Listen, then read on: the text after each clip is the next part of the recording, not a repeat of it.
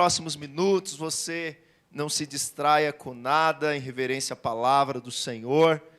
Mateus capítulo 5, glória a Deus, Mateus 5, versículo 33. Eu vou ler na versão NVI. Se você estiver lendo numa outra versão, pode ficar tranquilo. Se você não trouxe Bíblia, acompanhe aqui conosco, em nome de Jesus.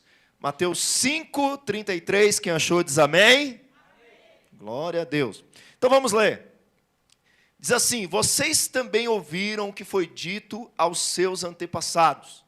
Não jure falsamente, mas cumpra os juramentos que você fez diante do Senhor. Foi isso que vocês ouviram. Mas eu digo, não jurem de forma alguma, nem pelos céus, porque é o trono de Deus, nem pela terra, porque é o estrado dos seus pés, nem por Jerusalém, porque é a cidade do grande rei, e não jure pela cabeça de vocês, pois vocês não podem tornar branco ou preto nem um fio de cabelo. Seja o seu sim, sim, e seja o seu não, não. O que passar disso, vem do maligno. Vamos orar ao Senhor. Pai, nós pedimos que o Senhor fale ao nosso coração, que o Senhor ministre nas nossas vidas, que Teu Espírito, Senhor, ó Deus, nos toque de uma maneira sobrenatural. Queremos ser edificados pela Tua palavra, Senhor. A Tua palavra que é viva, que é eficaz, que produz resultados no nosso coração e que nos transforma para a glória de Deus. Amém? Irmãos, Tomás de Aquino foi um dos grandes pais da igreja. E Tomás de Aquino era alguém muito sério, alguém que buscava muito a Deus. E tinha um monge, muito amigo de Tomás de Aquino, que disse: hoje eu vou aprontar uma com Tomás. Hoje eu vou aprontar uma com ele. Então Tomás estava lá no seu dia a dia, e aí o monge gritou: Tomás de Aquino, vem aqui, vem aqui, vem aqui. Você não pode perder, tem um boi voando. Venha, Tomás, venha ver um boi voando. E aí Tomás de Aquino chegou e olhou, e aí o monge começou a dar muita risada. Eu não acredito, você é um filósofo, um cristão maduro, que já leu tantos livros, você acreditou realmente que tinha um boi voando? Tomás de Aquino respondeu: eu prefiro acreditar que tem um boi voando do que um crente mentindo. Vou repetir de novo. Eu prefiro acreditar que tem um boi voando do que tenha crente mentindo. Você sabe por que eu começo com essa história? Porque esse texto que eu li com você não é sobre poder jurar ou não jurar. Tem muita gente que pega esse texto e acha que ele está falando sobre critérios de juramento, se eu posso jurar bandeira, se eu posso fazer um voto de juramento, de casamento. Mas o grande problema aqui, assim como era o problema do divórcio que nós vimos semana passada, não é sobre a lei, sobre as permissões da lei, mas sobre os fariseus estarem distorcendo a lei de Moisés. O grande problema aqui é sobre lábios falsos, sobre o problema da mentira. E o tema da minha mensagem nessa noite é os cidadãos do reino e o problema da mentira. Fala assim comigo: os cidadãos do reino e o problema da mentira. Veja bem, a primeira coisa é que a lei de Moisés, ela tratava o problema da mentira. No versículo 33, Jesus vai dizer: vocês também ouviram o que foi dito aos seus antepassados. Não jurem falsamente, mas cumpra o juramento que você fez diante do Senhor. Jesus mais uma vez está dizendo: vocês ouviram dos mestres de vocês.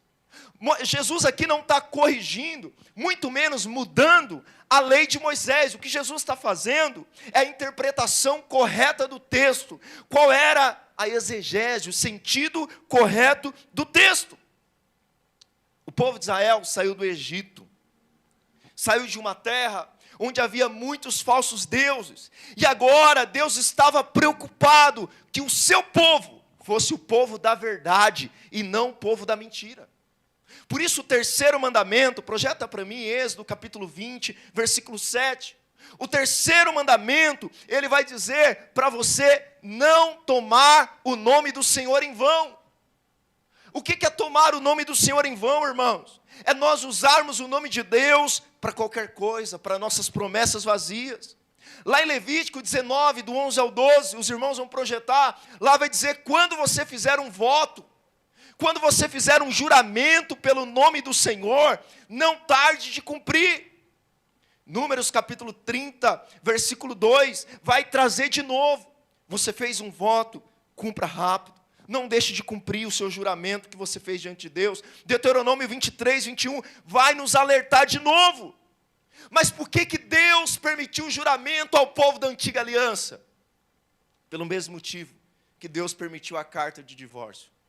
Não é porque Deus desejasse que seu povo jurasse pelo seu nome. O que Deus estava fazendo era dizendo, olha, meu nome é o que há de mais sagrado para vocês. Portanto, ao jurar, cumpra o que você está falando. Deus permitiu o juramento, porque Ele queria que a verdade prevalecesse no meio do seu povo. Sabe por que na antiga aliança, Deus permitiu situações extremas de juramento? Porque a mentira, ela corrói qualquer coisa. Não existe mentirinha. Não existe eu vou contar uma mentirinha para o gasto. Não existe eu vou contar uma mentirinha inofensiva. A mentira é corrosiva. A mentira é capaz de acabar com as relações dentro da igreja. Uma mentira acaba com o casamento. Amorzinho, por que esse cartão está vindo tão caro? Não sei. Não sei. Amorzinho, você virou entregadora da Shopee? Porque todo dia tem um carro aqui, laranja, na minha porta. Todo dia tem um carro esverdeado, meio amarelado, do Mercado Livre. O que está acontecendo? Não sei, estou ajudando a mamãe. Quantas vezes nós encobrimos e colocamos as nossas mentiras debaixo do tapete, porque nós achamos que com isso ela irá preservar as nossas relações, quando na verdade a mentira está destruindo o casamento, está destruindo a igreja, está destruindo o trabalho, está destruindo a empresa, está destruindo tudo isso. Por isso Deus sempre se preocupou com que o seu povo fosse o povo da verdade e nunca o povo da mentira. As mentiras, toda mentira produz confusão e destruição, irmãos. Por menor que você acha que ela seja, alguém disse, mentira tem perna, mas a miserável corre rápido. A miserável se espalha rápido como fogo no palheiro. Portanto, o motivo da lei no Antigo Testamento dizer, quando você jurar, ele não estava dizendo jure, mas se você resolver jurar, se você resolver dizer algo, se você resolver jurar por algo, cumpra, porque vocês são povo da verdade, irmãos. Esse é o primeiro aspecto. Esse é o primeiro aspecto. A lei, ela queria prevenir o povo de Israel de ser destruído pela mentira. E eu quero dizer algo para você. Se tem algo que destrói a nossa vida, se tem algo que destrói as nossas relações, se tem algo que destrói a nossa comunidade, se tem algo que destrói uma família, chama-se mentira. Porque o pai dela só tem um propósito: destruir. O pai de toda mentira chama-se Satanás. O único propósito dele é a destruição. Quando você abre a boca com a verdade, a edificação da parte de Deus. Mas quando você abre a boca para a mentira, ali a destruição.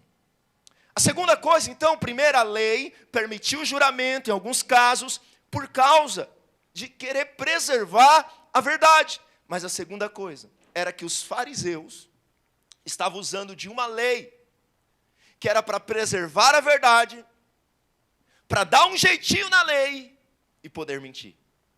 Então o primeiro ponto é a lei e o problema da mentira. Mas o segundo ponto que Jesus trata conosco nesse texto é os fariseus e a distorção da lei. Então, quando nós olhamos o versículo 34, diz assim, mas eu digo, não jurem de forma alguma. Não jure pelos céus, porque é o trono de Deus. nem pela terra, porque é o estrado dos seus pés, nem por Jerusalém, porque é a cidade do grande rei. Não jura nem pela tua cabeça, porque você não pode tornar branco ou preto um fio de cabelo. Pastor, pintei meu cabelo essa semana, eu consegui deixar ele preto. Não, você só passou a maquiagem. O envelhecimento continua. Só foi uma maquiagem. Pode pintar à vontade. Mas você não mudou a cor do seu cabelo. A cor, se ela era branca, continuou branca, filho. Agora, o que os fariseus estavam dizendo? Eles estavam pegando essa lei e eles estavam distorcendo. Então, o que eles diziam? Você jurou pelo nome de Deus? Jurei, então tem que cumprir.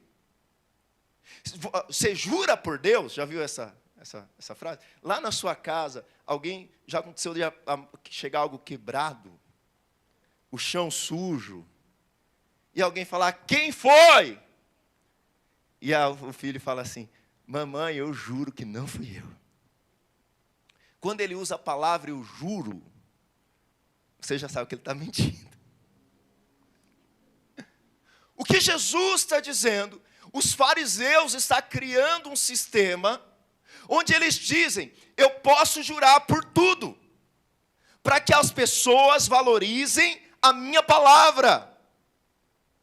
Olha, você jurou por Deus, você tem que cumprir. Mas veja bem, você jurou pelo céu, então pelo céu não. Pela terra não. Por Jerusalém não. Alguns juram, dizem assim, eu juro pela minha vida. Na maior santa cara de peroba do mundo. Eu juro pela minha vida, não fui eu não fiz. Eu juro que mês que vem eu te pago.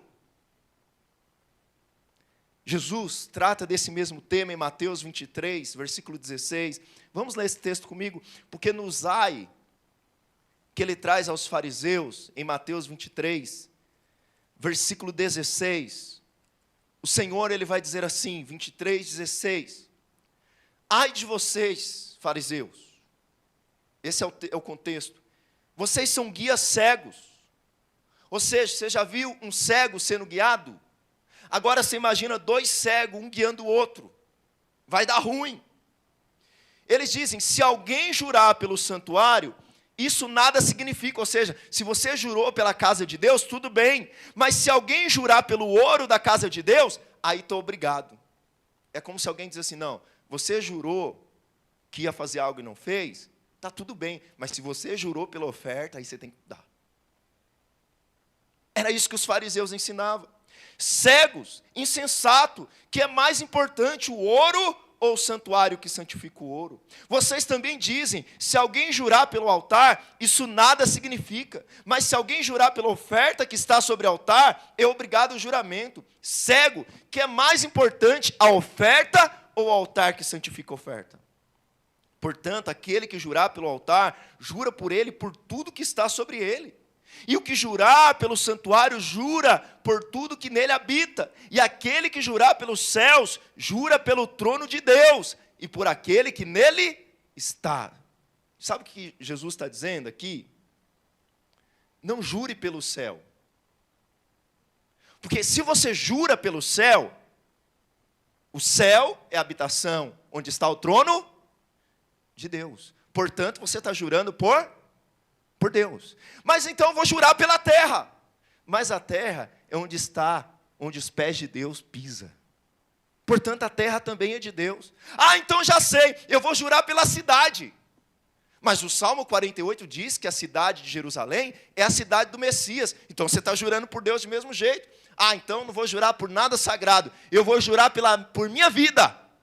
Aí eles dizem, você não entendeu nada. Quando você jura pela tua vida, você está jurando por Deus também, porque a sua vida é de Deus. Portanto, não tenha nada que escape quando você dá a sua palavra. Em qualquer circunstância da tua vida que você deu a palavra, você vai ter que cumprir. Porque tudo pertence a Deus. Ah, pastor, aqui na igreja eu não minto não.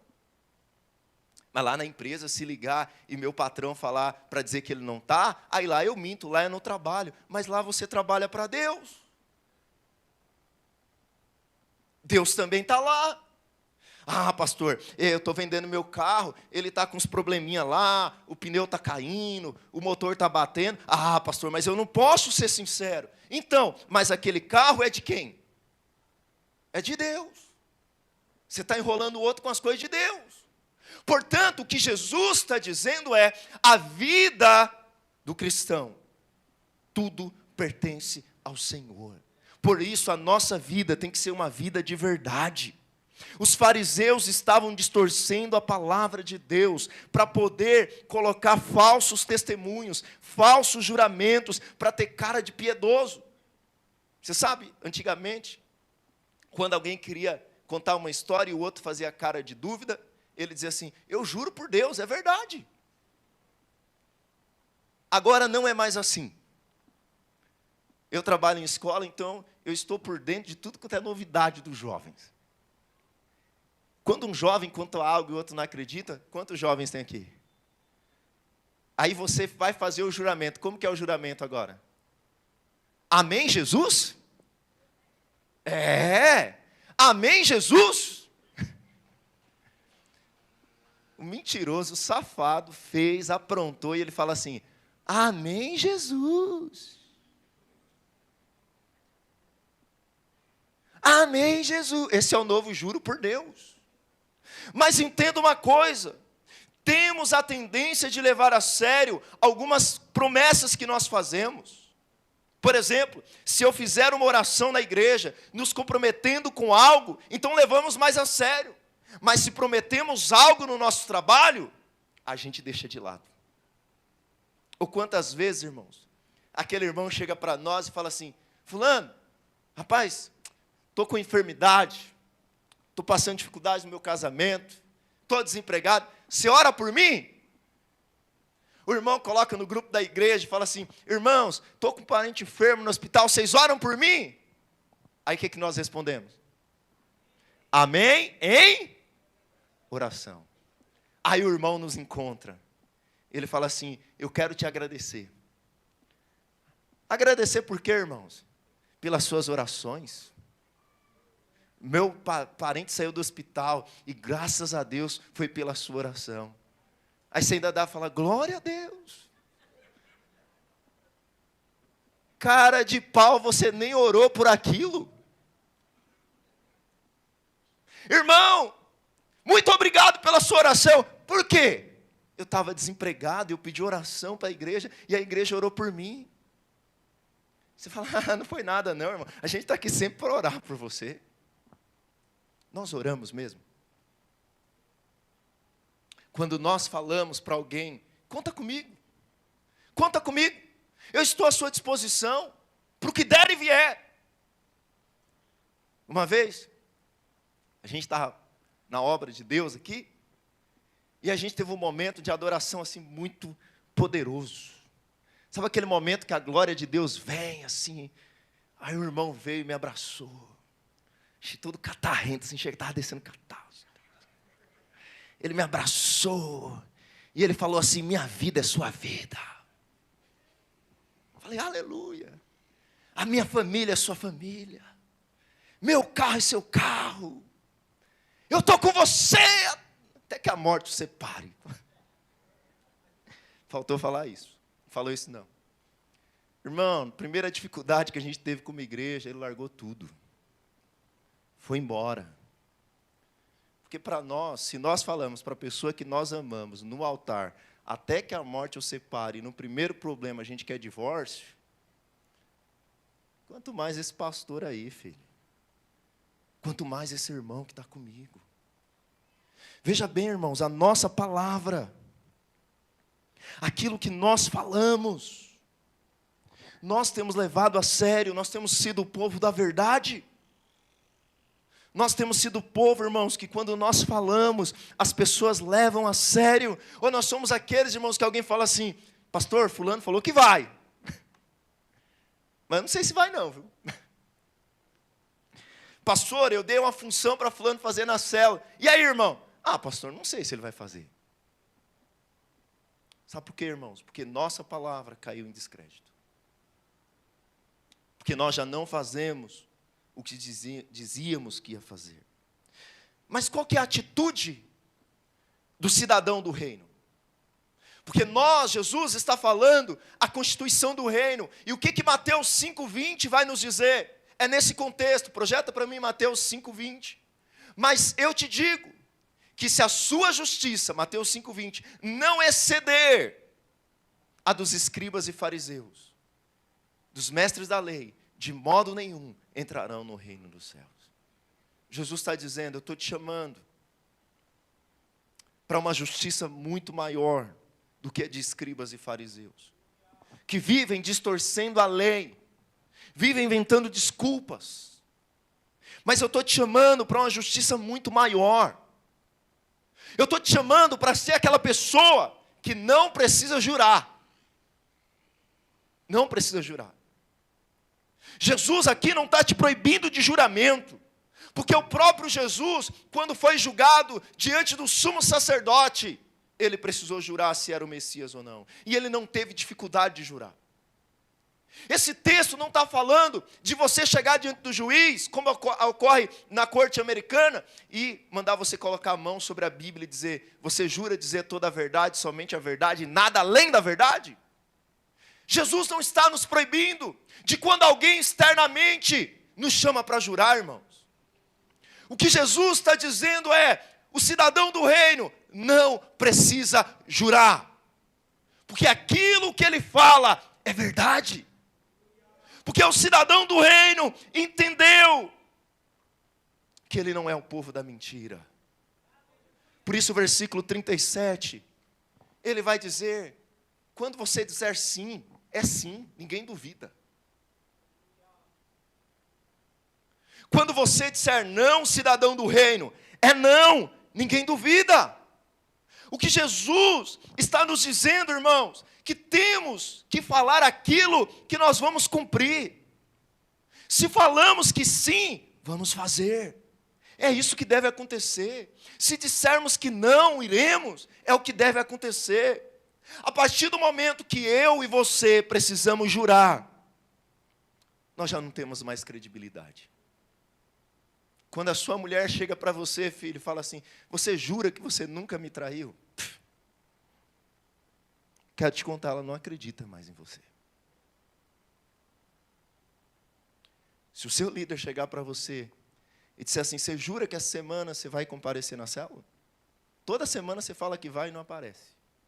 Essa semana você jura que vai, amém, Jesus? Irmãos, quando alguém duvida da nossa palavra, nós precisamos de arrependimento.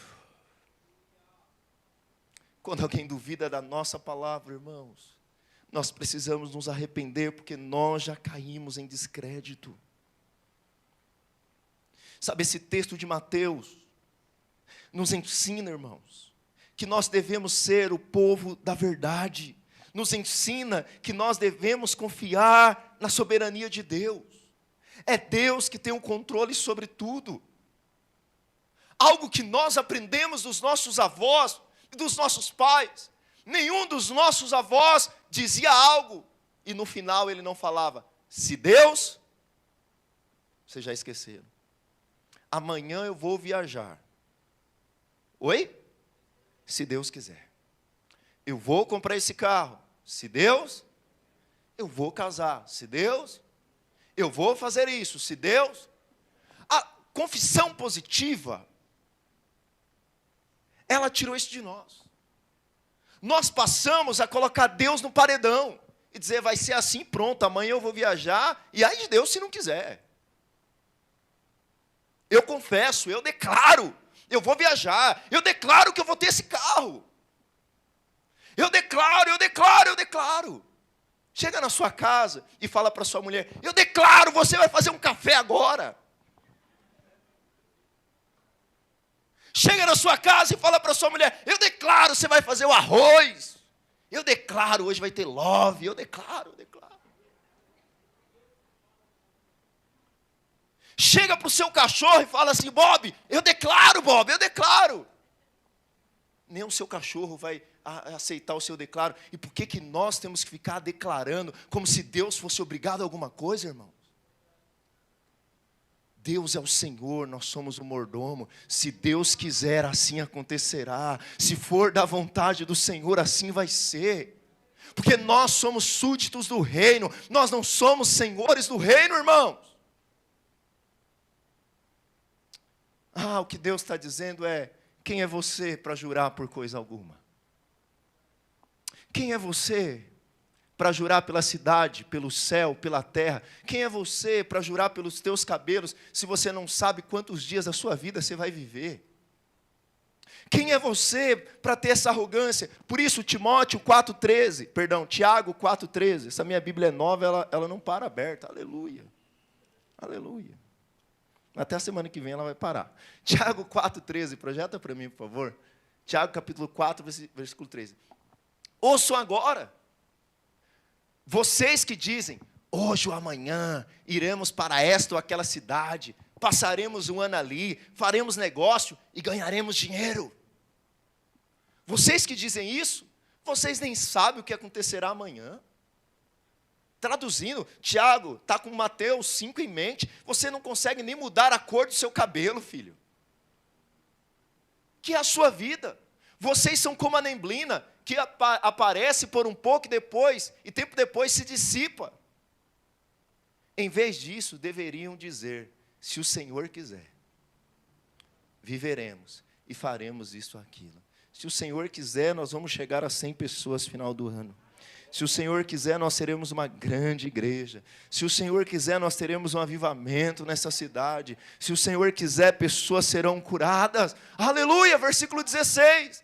No entanto, vocês se orgulham das suas pretensões. Todo orgulho como esse é maligno, é do diabo. O Senhor nos chama, irmãos. Tiago capítulo 5, versículo 12. Projeta para mim, por favor.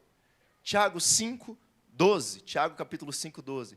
Sobretudo, meus irmãos, não jurem pelo céu, nem pela terra, nem por coisa alguma, que o sim de vocês seja realmente, que o sim de vocês seja realmente sim. Meu irmão, quando você disser sim, quando você disser: olha, eu vou fazer isso, se Deus quiser, no que depender de mim,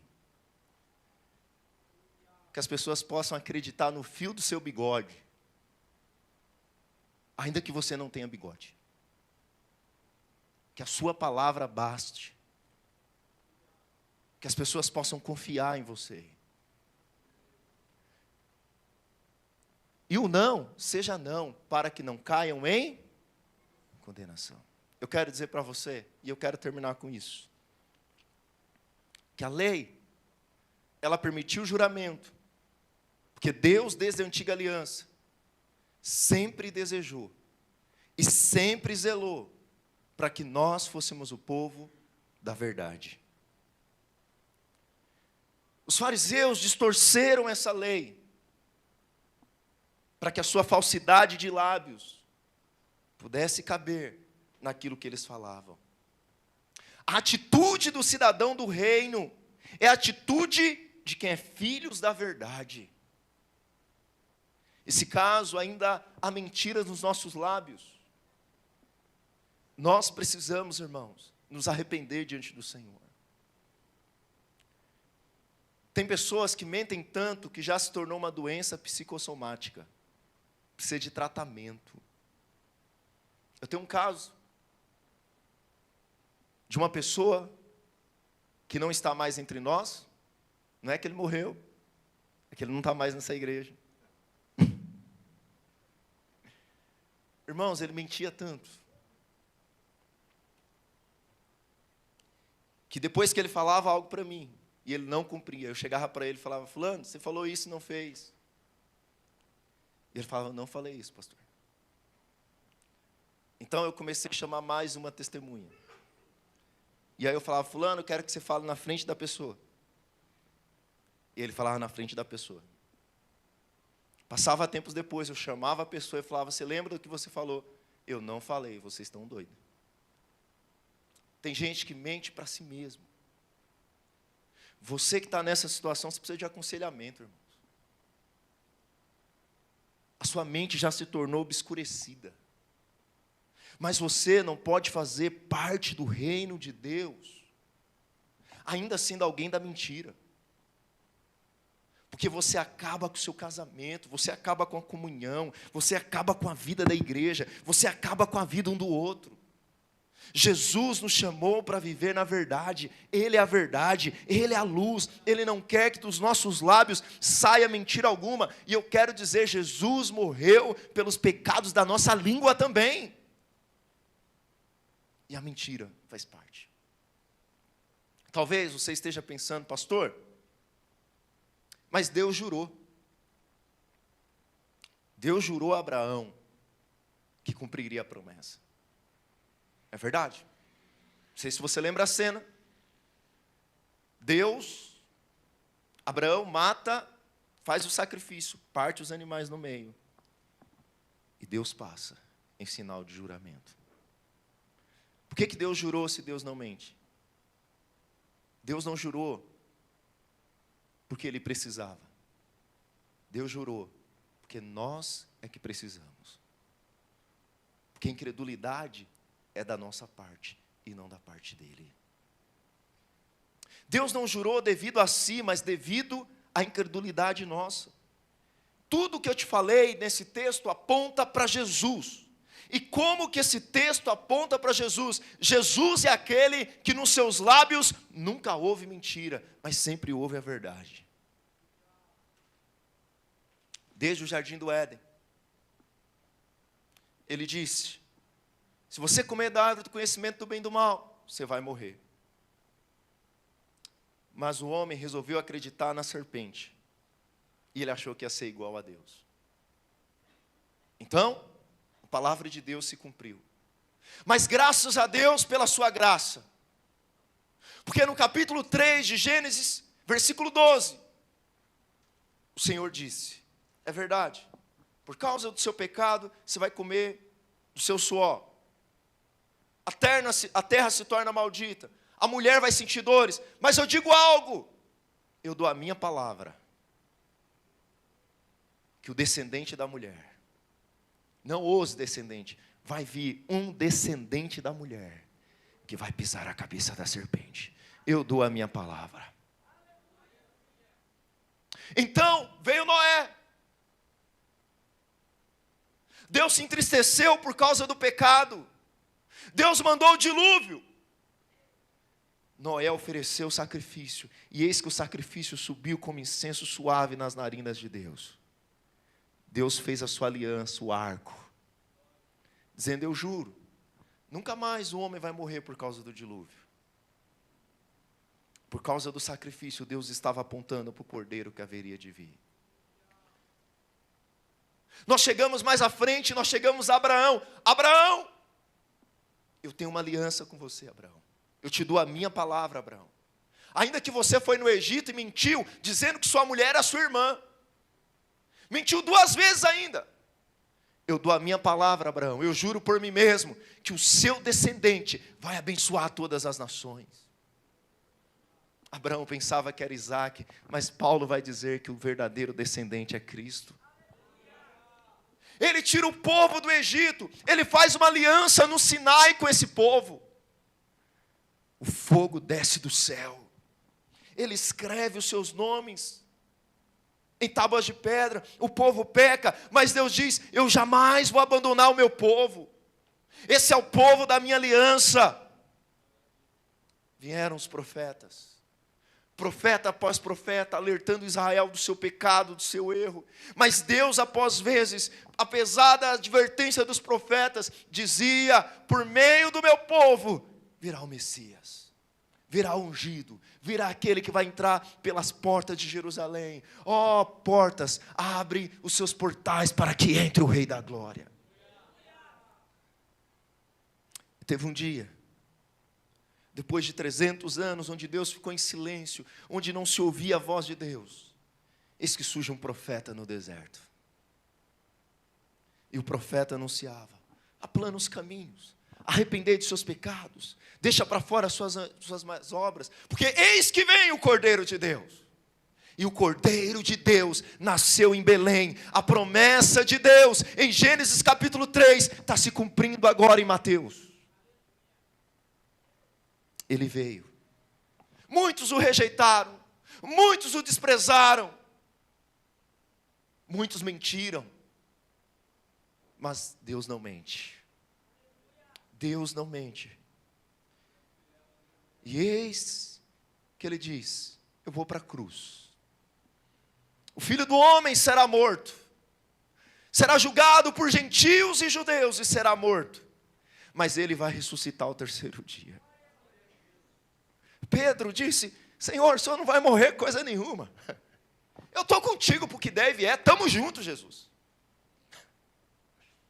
Pedro, eu estou vendo gente jurar desde o Éden, Pedro.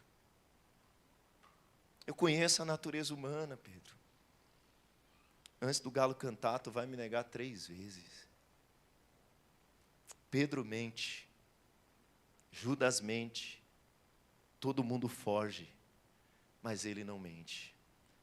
Apesar da dor. Apesar dos espinhos, apesar do prego, apesar das costas dilaceradas, ele fica na cruz.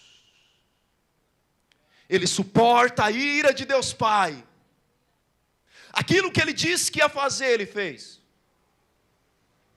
Até que ele dá o último suspiro. E ele diz: tetelestai. Está consumado. O que eu disse que ia fazer, está feito. Mas os discípulos ainda não creem. Está indo embora. Eles estão tristes no caminho de Emaús. Ele mesmo aparece. E pergunta: por que vocês são tardios de crer? Eu não tenho cumprido tudo que os profetas e que Moisés tem dito em todo o Antigo Testamento. Por que vocês demoram em crer? Eis que eu cumpri a promessa. Ele ressuscitou ao terceiro dia. Aleluia! Ele come com eles. Tomé duvida. Ele aparece no meio e diz: Pai, seja convosco. Tem um dia que ele está subindo aos céus. Então os discípulos estão contemplando. E eis que os anjos, usando a palavra: por que vocês estão olhando para o alto? Por que vocês estão olhando para cima? Por que vocês estão olhando para cima? Do mesmo jeito que vocês estão vendo esse Jesus subir, um dia ele virá em grande poder e grande glória. Porque ele não mente. Porque ele não mente. Por isso, no dia em que ele foi traído, tomou o pão, partindo e dando graças, disse: fazei isso em memória de mim. Até quando? Até que eu venha. E aquele que cumpriu a promessa, que nunca mentiu, que nunca jurou falsamente, que nunca errou, que desde o Éden, passando por Noé, pelos profetas, nunca errou uma palavra, nunca deixou de cumprir uma palavra, apesar da infidelidade do seu povo. Como diz Paulo em Timóteo: ainda que nós somos infiel, ele permanece fiel. Ele voltará. Ele voltará ao ressoar da última trombeta. Ele voltará em poder e grande glória.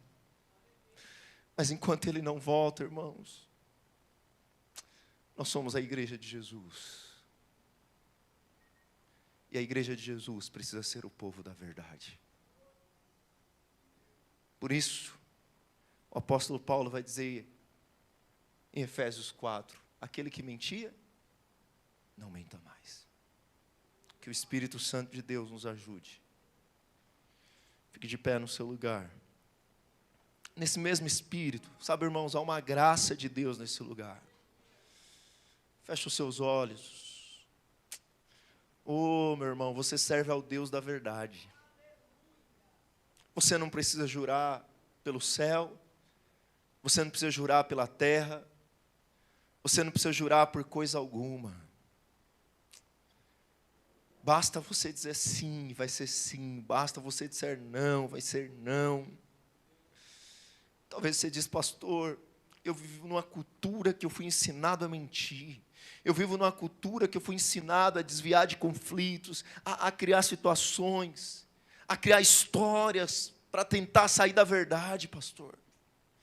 Ah, meu irmão, o Espírito Santo da verdade habita em você. Você é o povo da verdade. Você é o povo escolhido por Deus. Você é o povo que o Espírito habita. Você é a comunidade dos santos. Você é o povo que expressa a verdade da palavra. Você é o povo no qual Deus da verdade escolheu habitar. Se ainda existe alguma mentira na sua vida, eu quero dizer que Jesus morreu na cruz por causa dessa mentira. Essa mentira não é inofensiva. Essa mentira custou sangue puro, santo. Jesus morreu pelos pecados dos nossos lábios. Oh, Senhor, a Tua presença é tão real nesse lugar, Jesus. Nós somos o Teu povo amado. Ore ao Senhor nessa hora. Essa palavra falou no teu coração nessa noite. Essa palavra entrou como espada de dois gumes no seu coração nessa noite. Dê uma resposta ao Senhor. Fale com Ele nessa hora. Talvez em pé, talvez ajoelhado. Mas não deixa de responder diante dessa palavra. O Evangelho foi exposto a você nessa noite. O Evangelho foi pregado a você nessa noite. Cristo é a verdade. A lei foi dada por Moisés. Graça e verdade vieram por meio deles. Ore ao Senhor. Fale com o Senhor nessa hora. Confesse ao Senhor que você tem muita dificuldade de confessar a verdade, de se expor, do que as pessoas vão pensar a seu respeito. Mas o Espírito Santo está aqui para te ajudar. O Espírito Santo está aqui para te capacitar. Enquanto nós cantamos,